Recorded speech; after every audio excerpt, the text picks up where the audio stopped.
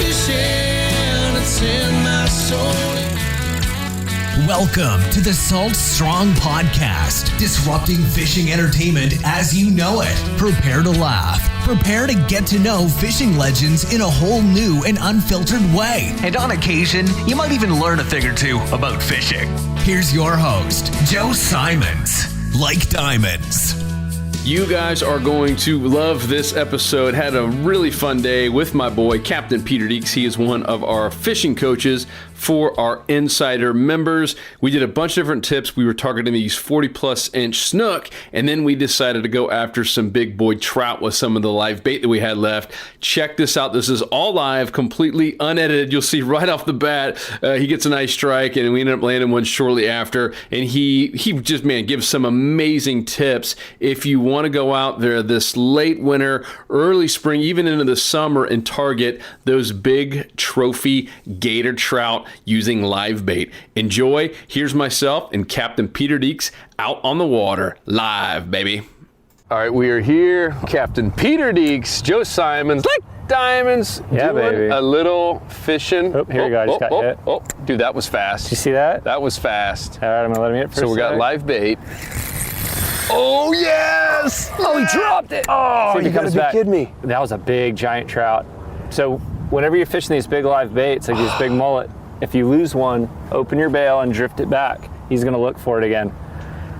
And so we just did a tip to with our Insider members about this active live bait fishing. You call it your live bait management, where bail's open. This is not put it in the rod holder. This is literally feeding the line out to the fish. And we know there's some back here. Why did we choose this area? So we're just fishing the edge right here, these mangroves, and there's been some big trout and snook just laid up on this edge here. So we're drifting our baits, making them look real natural, and just drifting them right down this edge. No tension on them, and that's how we're getting the strikes. That was a big trout. See if he comes back for it. And so, did you set it too fast? What happened? I was so pumped up starting the podcast here. So when you're drifting, if you're fishing for really big fish, right, you got to get the strike first. So you've got big baits, yeah. You're feeding a lot of line out, and you're focused on making your bait look natural so that the fish is going to eat it. But when you do that, it makes it more difficult to set the hook because you got a lot of line out there and you got a giant bait. So what you want to do is reel as fast as you can until you start hearing a little bit of drag, and then set the hook hard. If you can't tear the hook out of the bait and into the fish, you're not going to hook them. And that's what I just did. But it's fine, so you just drift it back and we'll get him again here, one of his buddies. But you will lose a few fish because of this technique. But if you keep your line tight, you keep it close to the boat and use smaller baits, you're not going to get the strike. Yeah. So we've got these things tail hooked right now, right? Yep. Oh, you got tail hook. Oh, I thought you were going tight, dude. It's going to happen. Getting me and we're pumped. Just drifting them down. Getting me pumped. So tail hook, J hook, right? If you're hooked in the tail, J hook. If you're hooked in the nose, use a circle hook. And then even if it's a circle hook, as we talked about in that earlier tip, you're still having to yank it because you're basically just trying to make sure that the hook is getting out of this big bait. Exactly, yeah. You're trying to pop the hook out of the bait so that you can then hook the fish. So you're not trying, like your hooks are sharp. You don't have to wrench it into the fish. You're just, ooh, he came back. You guys ready? Yes, sir. He's chasing my bait. I don't know if he's got it yet. Oh, I see it. Okay, he got it. He got it right there. Reel. Oh shoot, he's coming past the boat. You gotta keep me on. Yes! Dude, that's a nice one, bro. Yes! How fast he was? Yes! He's not that big. I think his little brother came and got him. Dang, dude. Hey, I'm used to Tampa Bay trout, man. That's still a beautiful trout. Heck yeah. That's a little bit bigger than the ones that we were catching when we were trolling in it, Cody. Dude, that was crazy. He was actually coming out the boat. Yeah, so you just reel till you hear the drag and then set that hook. You guys are listening to this on the podcast. You have to come watch this video. Hopefully Cody got all that in there.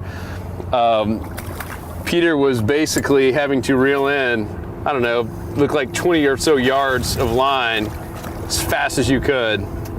That's a beautiful fish, man. It is. Now the coolest thing, I'm gonna come down here and grab this little guy, but so let's see where he's hooked. It's perfect right there on the bottom jaw. Yep. wet my hands. So I fish with Captain Deeks many times, and I'll catch a trout like that. I think it's an amazing fish, and Deeks is like, come on, we can't even take a picture of that. Yeah, he's a little guy. That's a beautiful, beautiful trout. But it's the coolest thing about fishing for, I'm gonna get him back in the water. When you're fishing for really big fish, you're gonna catch a lot of smaller fish. If you focus on smaller fish, you're lucky to get small fish. So it's pretty cool. If you're out here targeting big ones, that fish we just caught's a really small one. He was probably 22 inches. If you're focusing on the like 16 to 18 inch trout and you're just hoping to catch them, if that's the best that you're gonna do is like a 16 or an 18 inch trout. So my love and desire is to fish for really big fish, and your side catch is gonna be smaller fish, but they're still pretty big. So it's pretty cool. If you can focus and dedicate yourself on the bigger fish, your fishing game is gonna get bigger, and you're gonna catch a lot of fish, and then your 18 inch fish are gonna be your smaller ones. All right, so let's talk about, we're gonna talk about the when, where, what, why, meaning the tides, where we're like, why this kind of area? Obviously, the spot doesn't really matter per se, it's the type of spot. Why do you like little, coves like this, mangroves? Like, what's the depth? What are we, what's an ideal spot to get these bigger? So first of all, you have to see them. You have to know that they're there, whether it's on your fish finder or if it's with your eyes. So spend some time, know the fish are there. Everybody has a spot where they think the fish are, but go through, look. If you see the fish, you can come back an hour later. And then once you know they're there, that's step one. And step two, you got to get those big fish to eat, right? All right, what if you don't know they're there? You got to find them. Okay. This is not a technique you use to just fish and hope you're going to catch something. Yeah. So how about this? I guess a better question.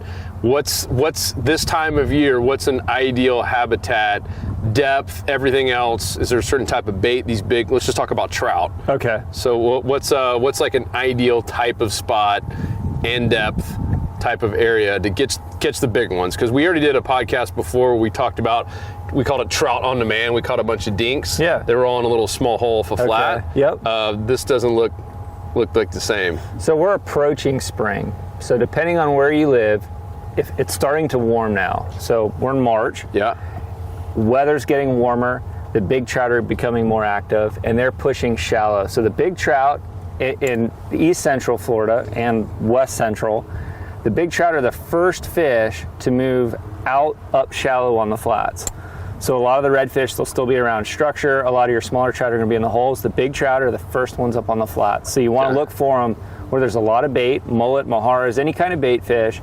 And you want to look on sandbars and shallow flats close to where they were this winter, which is usually residential canals. Okay. So right on the other side of these mangroves here is deep water. It's a bunch of residential docks. Same thing back over here. So this is like the first place those big trout come up to feed when the water starts to warm. Got it. And what's your favorite type of bait? I know mullet, pinfish. You kind of want to match the hatch. So fish with whatever's around, but get the biggest you can. So there's a lot of mullet around here. Such an elephant hunter, dude. Fish for big fish. Oh, mine's getting antsy. Get another bait on, man. Right. Don't wait for the camera. This is all live. We go unedited. That means, as you guys saw last time, sometimes even dropping fish. So hope you guys learned a lesson on that one. Is always hold the fish with two hands and have someone else take a picture of it. That was a good learning lesson. But no, hopefully you guys are liking these live podcasts. We talked to Peter about doing this. We've had a few other guides. We had one in Alabama, Patrick Garmison. I want to give him a shout out because he had said, "Hey guys, let's do it. Come over to Alabama. I ain't afraid. Let's go film." So hopefully we'll be doing a lot more of these. I think it's really fun just to see real world, not like a fishing show where they only show you the highlights. You might have 3 days worth of fishing and filming all in basically a 21-minute segment. This is a real world, Deeks. It's real world, baby. Dude, Are you freelining them out there? Yeah, I got my way out there. I'm gonna try right over here on this wall. Keep fishing yours. I don't want to get in your way. Yeah, just keep filming me, Cody. I don't want to. He's in the hot seat, baby. Another tip too is like, so how deep is it right here? It's probably 2.5 feet. Oh, it's only 2.5. Dang. It's pretty shallow. And what you want to do is you want to time it to where the tide and the wind are going together into where you're fishing. My next question. So what's the tide doing right now? So the tide's just started coming in. We got the wind to our backs, and so it's pushing the water into this little area right here, and it's allowing our baits to just drift really naturally right up in there. And so occasionally you want to kind of reel up and get some of the slack line out? Do it fast. So I'll talk you through it real quick. So what you want to do is clean up your loose line as fast as possible without dragging your bait fish. So just start reeling real fast, Joe. Go ahead. Go. I'll tell you when to stop. Go. Okay, stop right now. Yeah. Open your bail real quick. Yeah. And then you're slingshotting your bait forward. If you reel up your loose line really slow, it's going to slowly drag your bait fish backwards. So I'll do it right here. Whoa, he's taking off now. Is he going to get it? Oh. Get him, Joe. Dang, he stopped. So that was a great tip. Because I think before I was going super slow. Yeah. It's so weird without fishing with Slam Shady, you know? Everything loves a Slam Shady. He's like, stop talking about Slam Shady. It's a good lure. But let me show you real quick. See, you've got a lot of loose line out there, and you want to pick it up. Your line is like a train on a track. So even if you've got this big belly in your line, if you're pulling on it, your bait is moving too. It's following your line. So if you check your line kind of slow like this, you're slowly dragging your bait fish backwards if he's hooked in the tail. If he's hooked in the nose, you're bringing him back all that distance you just sent him out. So when you're going to check your line, which I would recommend doing maybe every 2 minutes or so, is that about what we've been doing today? Yeah. 2 to 5 minutes. Reel it really fast, and as soon as you're tight to your bait, you're going to open your bail, because as soon as you get tight to him, you're going to freak that bait fish out. His little motor's going to start running, and when you open your bail, he's going to take off and he's going to swim about another 10 or 15 feet. Call that the slingshot, huh? It's the slingshot, baby. So watch this. So I got a little bit of line out. Oh, my guy's getting antsy. Stop right when you're tight to him and open your bail, and then he'll start swimming out. You don't want to stop right when you get kind of tight to your bait, like where you think he is, because you have no idea where that bait fish is at. So super fast, open it up, the bait fish is going to flash, it's going to attract any fish that are near that area. He's also going to shoot out another 10 or 15 feet. And that's the goal of this. We're trying to swim our bait fish as far from the boat as possible to get those big, spooky, wary fish. Your guy's super spooky, isn't he? Yeah, Something's close to him. Yeah. I feel like he's about to get crushed, dude. Get him. So what else is back here besides trout? We got maybe a possibility red snook? So the big snook, the giants, will move up with the trout a little bit. The smaller snook, they'll still stay back kind of off in the areas that they spent the winter. Good. There may be some redfish. You see the line going out? Goody. See, so Peter likes to feed it. Help it out. Just feed it to him. And so let's talk about the strike. Okay. We got a lot of line out here. Mm-hmm. I saw yours. I mean, that was pretty crazy. Yeah. I think it's counter to a lot of people want to keep it as tight as possible. Let's talk about that real quick, and then what happens when you do feel a strike. We're just reeling down like you did as quick as possible, because they're not all going to come to the boat like that. When some of them do an arc, some will come swim back, some go away. You don't know what that fish is going to do, but first things first, like you want to use braided line, because it's super sensitive. You can feel the strike. This is 20-pound braided line. Just, whatever you're comfortable fishing with is fine, as long as it's braided line. And don't worry about feeling that strike. You probably will. I mean, you will if you're using braided line. Yeah. But don't worry about feeling it, because you want to get the strike first. Once you get the strike, then you can catch the fish. The fish isn't going to bite your bait. Not going to catch anything. What's another big problem? I know we talked about it before with live bait, is just going too heavy. Because even we were going after 40-inch snook earlier, using this exact, what is this, a 4,000? 3,500. 3,500. Yeah. 40-inch snook. Get the bite first, right? Get the bite first. That's what Deeks always says. Don't try to horse an elephant in. Gotta get them hooked first, right? Gotta get them hooked first. What else? What are the other I big? just noticed, I fish a lot of customers, and so I can get a feel for what the general public and most anglers, how they think and how they respond. And almost everybody that I fish with, they want to feel the bait. They want to know what's going on. They're concerned that they're not going to feel the strike, that they're going to miss the fish. And don't worry about that. Just, you've got a big live bait that's swimming around out there. He's eventually going to get eaten. Just keep it natural. It's so tough to do, Deeks. It's tough to, it is so, everybody does it. All my clients, eventually when they get tired, they start reeling up, pulling their line tight, they're keeping their bait tight, and the bait doesn't look natural, and they're not going to get the strike. Mine doesn't seem to be swimming anymore. What's he hiding from, huh? Hopefully a big trout. No I'm doubt. gonna throw my bait out there a little bit. Yeah. Go get him, man. Think I should reel mine in or keep it there? Pull tight to it, and we'll see right where it's at. Yeah, I feel like. That's kind of. You don't have a bait. You got 8. That was that bump. Dude, that was. Dang. Dang. And if you show back over here real quick, you can see that we're just keeping the boat at an equal distance down that whole shoreline. All right, so we know they're out there. Got the power pull down. Yep. All right, you gonna trade me? Yeah. Dude, you're such a nice guy. So we know they're out there, dude. That's what was it. Yep, so we keep the boat on the depth that the fish are at, and that way we just drift the baits right down with the current. Right. All right, so fish. anything I could have done differently there? Yep. No? You don't have to lie to me, dude. You can tell me. Yeah, so like we're fishing for giant fish. Yeah. I mean, that's what we're doing. So like you're not gonna catch all of them. You're gonna miss some on the hook set, some are gonna eat the bait off. But what you're doing differently is you're keeping your line loose. You're fishing like nobody else does. You're just sending it out there and letting that bait fish do its job. That's how you get so many, If you close your bail and stick the rod in the rod holder, what's going to happen is your bait fish is going to get tired, it's going to look unnatural, and then it's going to eventually kind of drown and just sit on the bottom, and you might catch a catfish, you might catch a smaller redfish, but to catch these bigger trout and these big snook that we're fishing for, you got to keep it natural. All right, so let's talk about types of structure. Besides little flats like this, where else are you ever fishing for like docks and stuff? And we've been doing a lot of dock tutorials, and feel free to get a bait, dude. You don't have to Okay. keep talking to me. Cody picks you up. What other kind of places do you like for bigger trout? I love docks. Yeah? Docks do hold big trout year round. Shallow docks. I rarely will catch big trout, like 28 plus inch trout, on a deeper dock. But what makes it difficult fishing structure for big fish is the fish break you off most of the time. Yeah. So a lot of the fish you're gonna land are gonna be smaller fish. That's why you like this big open area, huh? Oh, Deeks. Yeah, it was really cool. So earlier, before we started filming, we were targeting some big 40-inch snook, and they were way on like the other side of the flat. And what's so neat about fishing with healthy live bait, whether you got a pinfish or mullet, whatever it might be on there, and you're going after these trophy fish, they're trophy for a reason. And what was really cool is, dude, like, I don't know how many, you can even see it right here, Cody, I mean, how much line is off.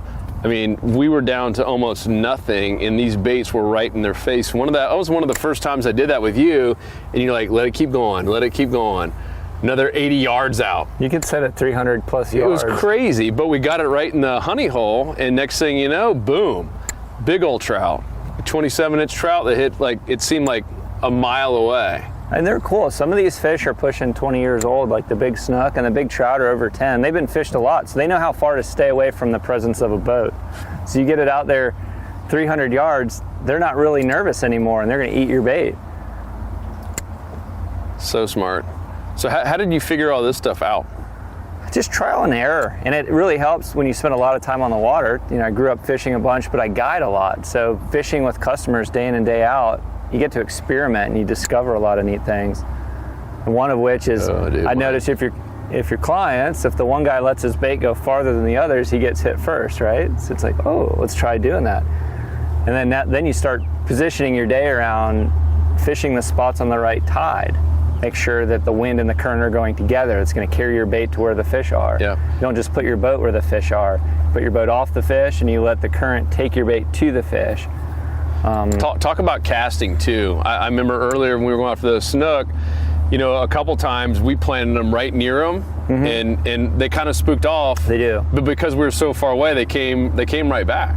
Make really long casts. A short cast to a fish is going to spook them off. Mainly because we're using these big old baits. You know, you throw out a big old mullet that's 8 inches long, 10 inches long. He's going to spook those fish. Dude, mine's getting really antsy. It's probably getting close to where you got that last strike. Oh, baby. I feel like he's over more to the left now. That's okay. There's a little ditch over there. So what's like the number one thing that your clients want to catch? Is it snook, red trout? What I'm kind of known for is big trout and big snook. Yeah. So people come from all over to catch big trout and big snook. There goes a big mullet. It's a hog leg right there. But I love fishing for everything. But this technique will allow you to catch numbers of larger fish. It's not like you're going to go out and fish all day and never get a bite. Way over there. Right over top of you. Dang. All right, so I'm gonna.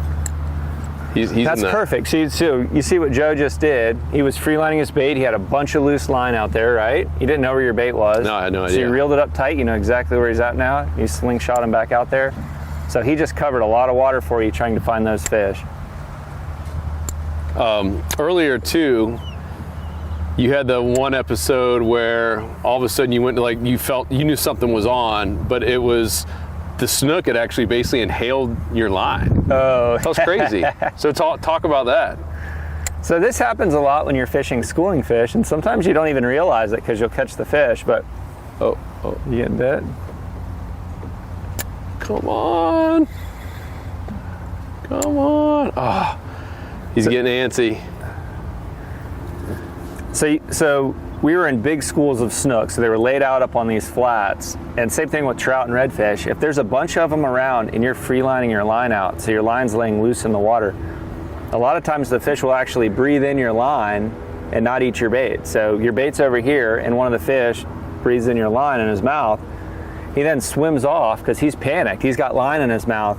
So you think you have a fish. So you're reeling, fighting this fish, and it's out there splashing around, and eventually that line will come out of his mouth. You think you lost a big fish, right? But you're reeling your bait and it was never eaten. So that happens fairly frequently when you're fishing this technique through bigger schools of fish. And we could see him spook off too. Yeah. We're You see something just happened. Giant snooks swim down the bar and your bait's trailing behind them. And it can be a little frustrating too, especially if you hook a big fish and his buddy's got the line in his mouth and your line breaks. Yeah. Are we over each other there? Nope, you're back. All right. You're gonna get eaten. Something's running your bait. He just swam 30 yards left. Yeah, he's still super active. Super active. Oh, this is so cool, man. This is how you go elephant hunting, guys. Active live bait management. Bail open. That first one was so cool, man. Yeah. We got to pluck another one off. So let's talk about the lateral lines.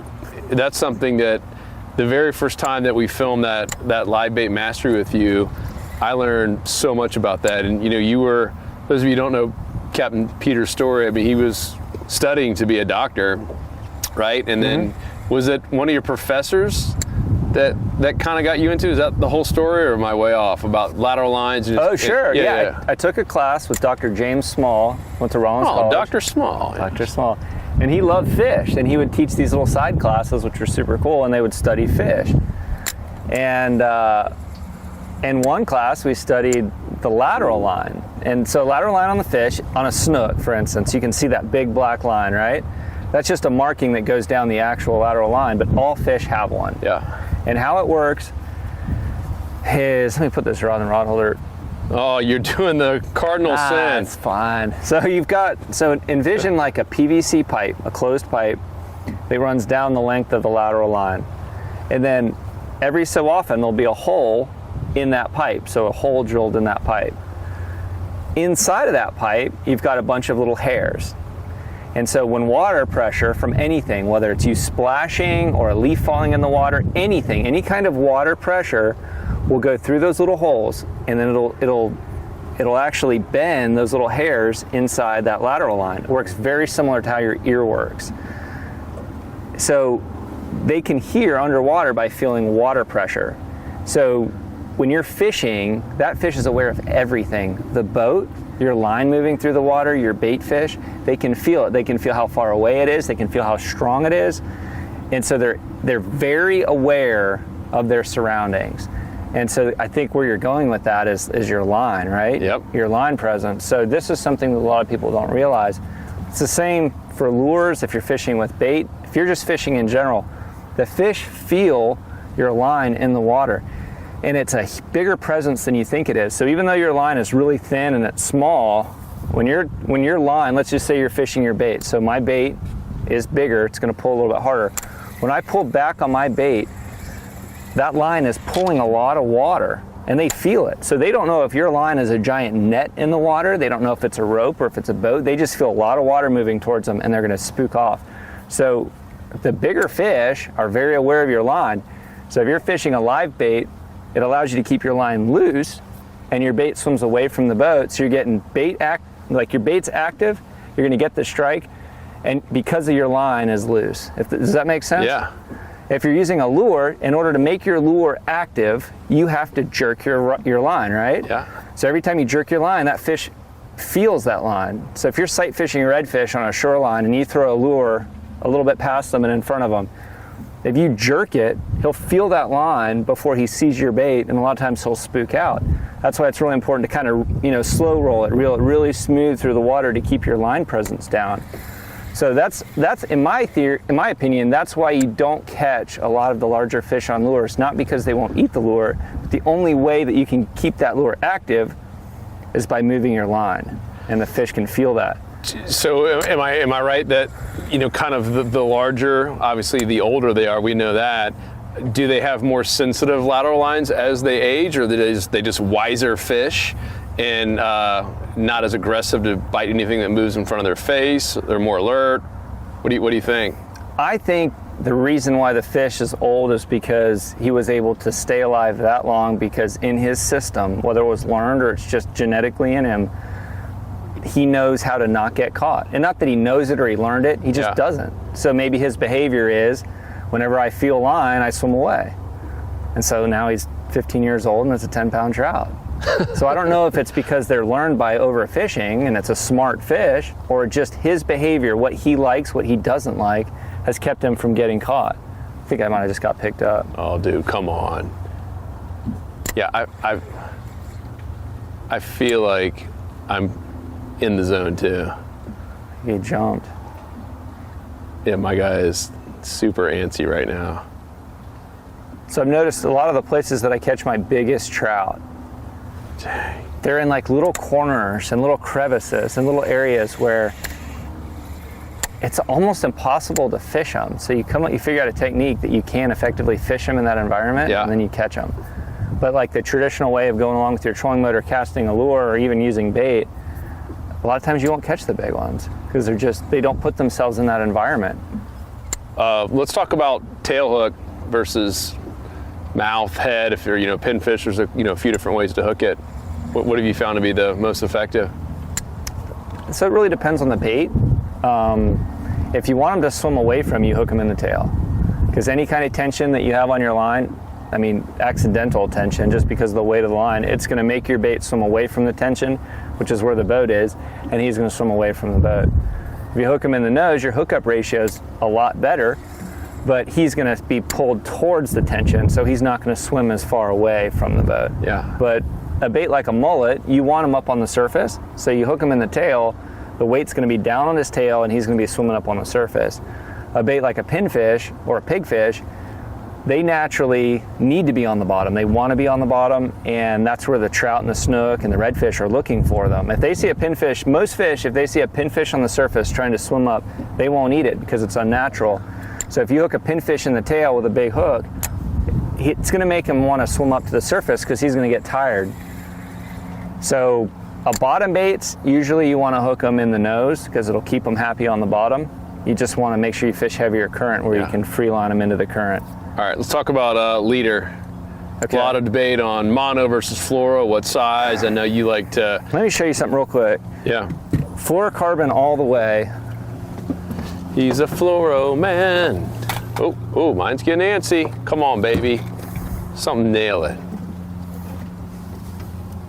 Toughest part about filming live is getting the fish to bite while they're filming. It's like as soon as we turn the camera off, yeah, I'm gonna get and we're jacked. using giant bait, so like the only thing we're gonna get to bite is gonna be these giant fish. All right, so what do we got here? Okay, so fluorocarbon's expensive, right? That's why a lot of people don't use fluorocarbon. Yep. But fluorocarbon's incredible. Berkeley Vanish, you can buy them in these giant spools. This is made to be put on a reel, but I use it as leader. So this is cheap. Compared to the leader, and we did a video on that, and it's kind of like, is this a marketing ploy or what? Because we couldn't, and we just did a homemade sandpaper kind of a thing, but there was no difference. Right. And in many cases, that was outperforming in terms of abrasion resistance than the actual so-called leader line. There's a process that they can turn fluorocarbon harder and they call it leader fluorocarbon. And when you're fishing for big snook or tarpon, I do recommend it. It does hold up a little bit more. But if you're going to fish with trout, like we're fishing for mainly here, we're using 30-pound fluorocarbon. I don't know the exact price of this stuff, but this is 350 yards, and I'll bet you can buy this for probably the same price as buying 25 yards of hardened fluorocarbon. And it's 100% fluorocarbon. This is some really good stuff. This saves me a ton of money every year. Cool. All right. And so what diameter is it? This is 30. And then you do 50 at the end? Yeah, so like we're fishing for giant fish. We're going to catch some really big ones today. So we've got 30-pound fluorocarbon. It goes about 4 or 5 feet long. And then we've got about a foot of 50-pound hardened fluorocarbon for those giant snook. If you're fishing for just trout, you can get away with about 20-pound and just running it straight to your hook. Got it.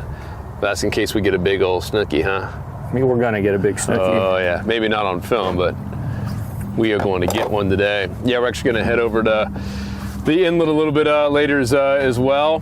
But for now, this is kind of a perfect spot. It's kind of a windy day, too, and so we're a little bit out of it. There goes Deeks reeling down. Just open it up. It's easy as that. Boomerang. So you mentioned earlier, trout and snook are your two big ones. What are some kind of snook tips along this same line? I got to see it earlier, so that was pretty cool, but for the people that missed it, what kind of, depth, flats, what are you looking for? Obviously find them, we found them. We had to drive around for a little bit, and you go slow around, what kind of areas? So it really depends on where you live, but you can find the big snook in the inlets. You can find them up on sandbars, you find them around islands, you find them up along the mangroves. The mangroves are a great place, but you do want to find, if you're fishing for big ones, you want to visually see the big snook. Yep. You really do, it's important. So like we'll go along the mangrove shoreline and you're gonna see lots of snook, but they're gonna be that like 28, 30 inches or smaller. You wanna find where the big ones are, and when you find big ones, they're all big ones, right? What does big mean to you? Like 40 inches plus. So like today, like where we saw the 40 inches, did you see any smaller ones? No, they're all big ones. All super thick. So then once we go along, we find them, we'll back off, and then we'll free line our baits right through them. Cool. All right, I think my bait is dying. So let's wrap it up. We'll film another one of these maybe on the over the inlet or something, do something different. Now that we got one trout here and 20 or heck, within the first 5 minutes. Yeah. But man, this has been super, super helpful. Hope you guys loved this, just being able to see more on the water, how to do it. Who would have thought you would have caught a trout in the first couple minutes? That was pretty rad. But we'll do more of these. Let us know what kind of questions that you have. Ooh, my bait's taking off. Of course, that'll happen right at the end. Let us know what kind of questions you have.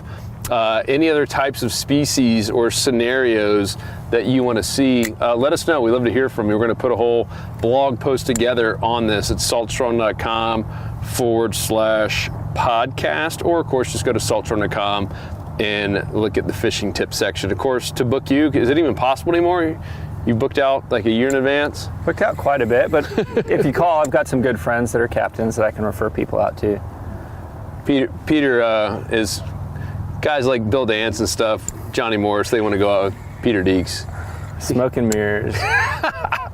Dude knows how to put you on some fish.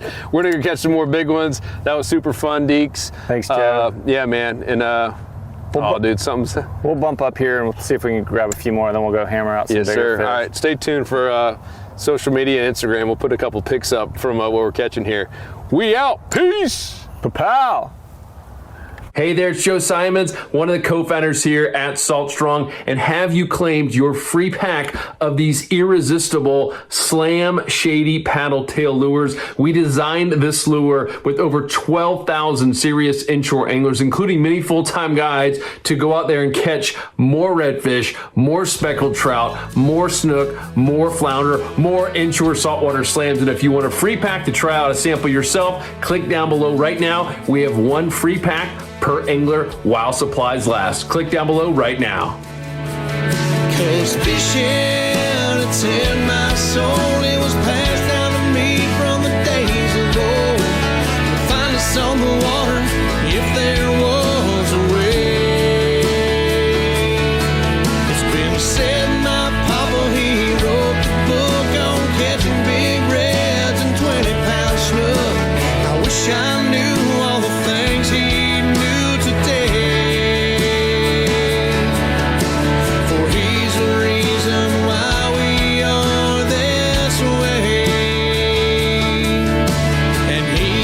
fishing in her soul.